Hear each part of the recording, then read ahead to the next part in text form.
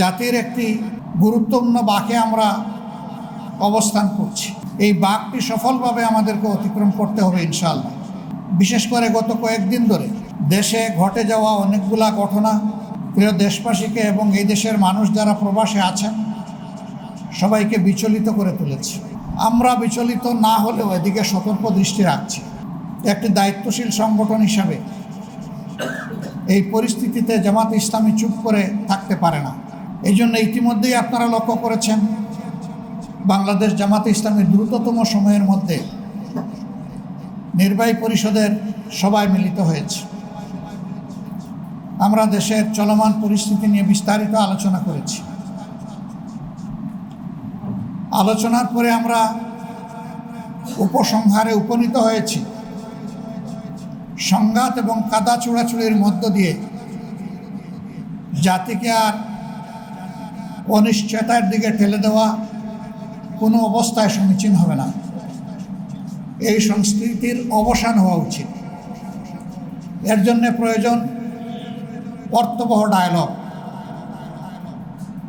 এই দায়িত্বটা মূলত বর্তমান সরকারকেই নিতে হবে এবং তাদেরকে এই ডায়ালগের ব্যবস্থা করে দিতে হবে।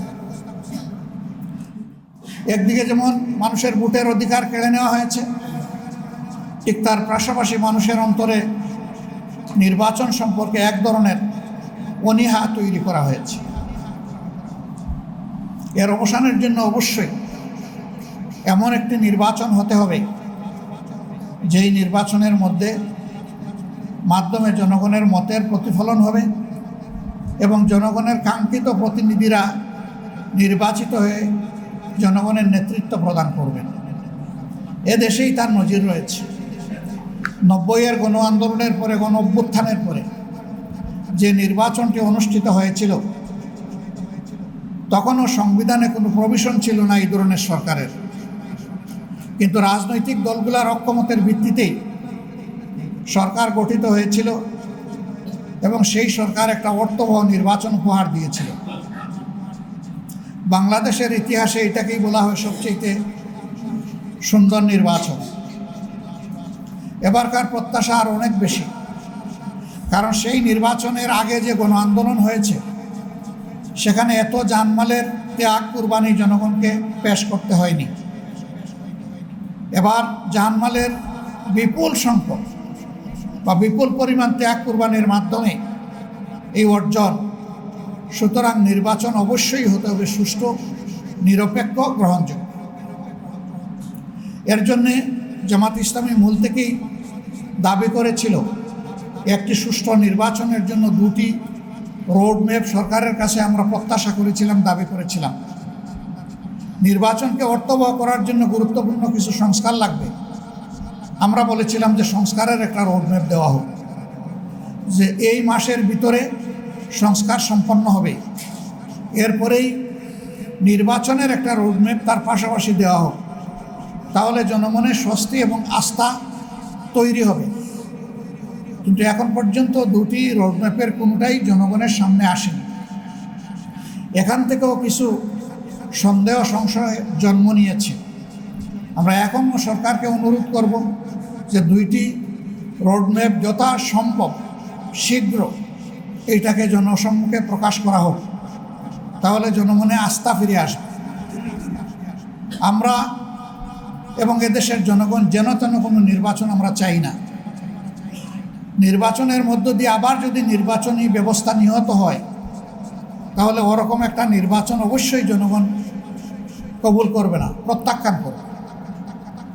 এই জন্য সুষ্ঠু নির্বাচনের স্বার্থেই এই দুটি রোডম্যাপ অপরিহার্য হয়ে পড়েছে। ৭১-এর মুক্তিযুদ্ধ থেকে শুরু করে ২৪-এর গণ অভ্যুত্থান পর্যন্ত এই দীর্ঘ পথ পরিক্রমায় বাংলাদেশের অনেক কিছু অর্জন করার ছিল। হয়তোবা তার কিছু অর্জিতও হয়েছে, কিন্তু একটি স্বাধীন দেশের নাগরিক হিসাবে জনগণের যে প্রত্যাশা ছিল সেই প্রত্যাশার মূল জায়গাগুলোই আজকে অপূরণ থেকে গিয়েছে। প্রিয় দেশের বুকে আইনের শাসন প্রতিষ্ঠিত হয়নি, নাগরিকদের মানবাধিকার নিশ্চিত হয়নি, দেশের স্বাধীনতা এবং সার্বভৌমত্বকে যারা দেশ শাসন করেছেন তারা সেইভাবে হেফাজত করতে পারেননি। দফায় দফায় বিরোধী দল এবং মতকে দমন করতে গিয়ে সেখানে মানুষের সমস্ত অধিকারকে লঙ্ঘন করা হয়েছে, দমন করা হয়েছে। অত্যন্ত নির্মম কায়দায় স্বাধীন একটি দেশে 24-এ যা ঘটেছে তার সাক্ষী বাংলাদেশের আপামর জনগণ সহ গোটা বিশ্ববাসী। এর আগে যারা ক্ষমতায় ছিলেন তারা টানা 15 বৎসর এই দেশকে দুঃশাসন উপহার দিয়েছিলেন। পুরোটা সময় জুড়ে মানুষ দুঃস্বপ্নের মধ্যে বসবাস করেছে। হাজারো জীবনের বিনিময়ে অসংখ্য মানুষের পঙ্গুত্ব বরণ করা, জেল এবং জুলুমের স্টিম রুলার এই জাতির উপর চাপিয়ে দেওয়া হয়েছিল। জাতির বিচক্ষণ গর্বিত নেতৃবৃন্দকে প্রতিহিংসার বশবর্তী হয়ে কাউকে বিচারিকভাবে হত্যা করা হয়েছে, আবার কাউকে বিনা বিচারে হত্যা করা হয়েছে। গুমের সংস্কৃতিতে নতুন করে বাংলাদেশে আয়নাগরের দুষ্ট সংস্কৃতি সংযোজন করা হয়েছে। জায়গায় জায়গায় আয়নাগর ছিল, এ বাস্তবতা আজকে কেউ অস্বীকার করে না।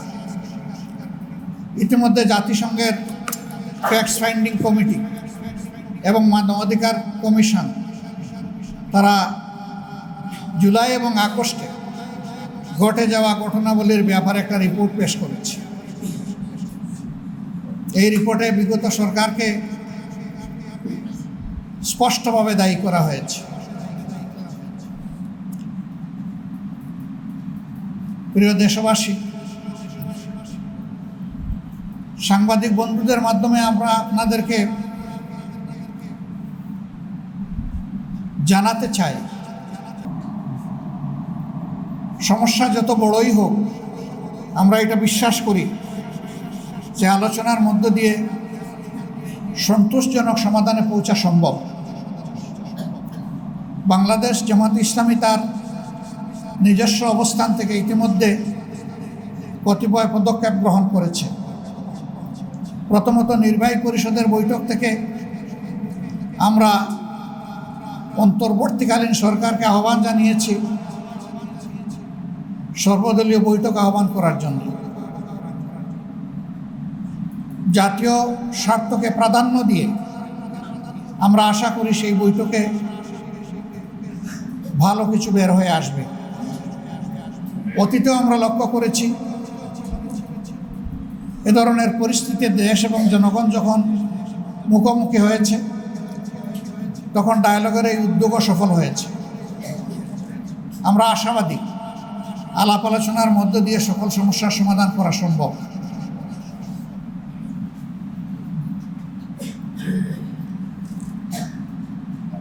সম্মানিত বন্ধুগণ,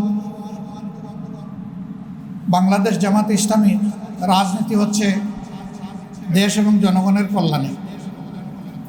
সুতরাং আমরা দলীয় স্বার্থকে দেশের স্বার্থের, জনগণের স্বার্থের উপরে দেখি না।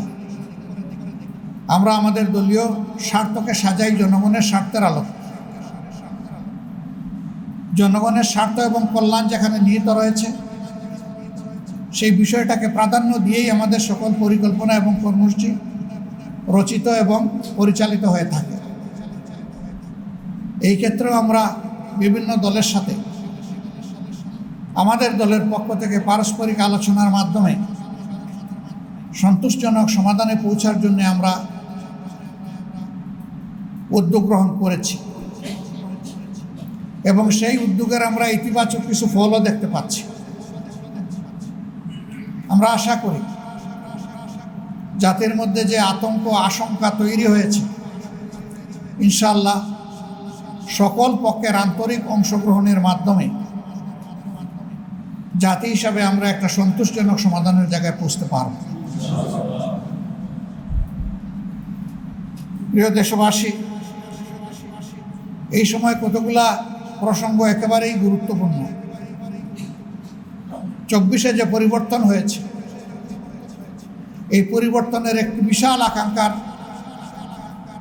জায়গা রয়েছে। বিশেষ করে যে তরুণ ছাত্র সমাজ জীবন বাজি রেখে তারা রুখে দাঁড়িয়েছিল এবং জনগণও তাদের ডাকে সাড়া দিয়েছিল। জনগণ মনে করে বিগত সরকার আমলে মানুষের সকল অধিকার কেড়ে নেওয়া হয়েছিল, বিশেষ করে ভোটের অধিকারকে একেবারেই কেড়ে নেওয়া হয়েছে। পরপর 3টি নির্বাচনের নামে চরম তামাশা করা হয়েছে এই জাতির সাথে। 14 নির্বাচনে 154 জন বিনা প্রতিদ্বন্দ্বিতায় নির্বাচিত, 18-এর নির্বাচন নিশিরাত, 24-এর নির্বাচন দামি এবং আমি। এইভাবে গোটা নির্বাচন ব্যবস্থাকে ধ্বংস করা হয়েছে। তারপরে আমাদের দাবি ছিল, যারা গত 15.5 বছর ধরে এই দেশে মানুষকে গুম করেছেন, জনগণের সম্পদ লুণ্ঠন করেছেন, তাদের বিচারের প্রক্রিয়াটা দৃশ্যমান হতে হবে।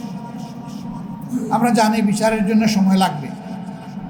একটা অন্তর্বর্তীকালীন সরকারের সময়ে পুরা বিচার হয়ে যাবে এটা কেউ দাবি করে না, কিন্তু বিশ্বাসযোগ্য দৃশ্যমান কিছু কাজ তো সামনে আসতে হবে। সেরকম কিছু এখনো জনগণ দেখতে পাচ্ছে না। এই জায়গায়ও জনগণের আশঙ্কা, যদি অপরাধীদের বিচার সুষ্ঠুভাবে না হয় তাহলে অপরাধ চক্র বৃদ্ধি পাবে এবং বাংলাদেশ ভবিষ্যতে গভীর অন্ধকারে তলিয়ে যেতে পারে। আমরা এটাও হতে দিতে পারি না। এই জন্যে সংশ্লিষ্ট কর্তৃপক্ষের কাছে আমাদের উদাত্ত আহ্বান, বিচারকে কঠোর পরিশ্রম করে নির্ভুলভাবে সুন্দরভাবে আপনারা দৃশ্যমান করুন। আপনারা জনগণের সমর্থন পাবেন ইনশাআল্লাহ। এটাও ঠিক যে আমরা যেন তেন কোনো বিচার চাচ্ছি না। বিচারের নামে যে অবিচার আমাদের উপর করা হয়েছে বা অন্যদের উপর করা হয়েছে সেটাও আমরা চাই না। আমরা চাই বিচারটা ফেয়ার হোক। সম্মানিত ভাইয়েরা, এই বিষয়গুলো সামনে রেখে এই সম্প্রতি কয়েকদিন ধরে অনেক কিছু হয়ে গেল, তা আমরা আশা করি যে এই বিষয়টা সামনে বাড়বে না।